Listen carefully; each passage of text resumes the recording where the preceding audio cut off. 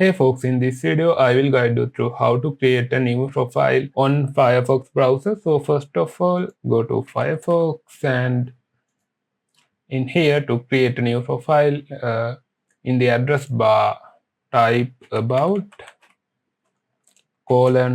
profiles and click enter. So now you can see this profile managing page. So in here what you need to do is click on create a new profile button and then click next, and here you need to add your profile username.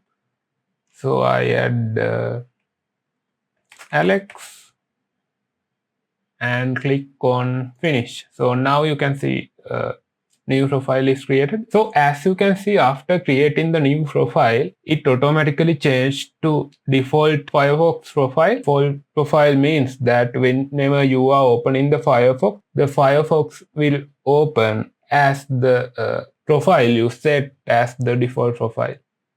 So in startup, if you want to keep previous profile as the default profile, go ahead and click on this set as default profile on the all profile, and yes, that's it. Now you can launch the new profile and browse the internet and use the web browser. So that's it. If you find this video is helpful, make sure to like the video and subscribe the channel, and if you have any questions, feel free to comment. I will get back to you.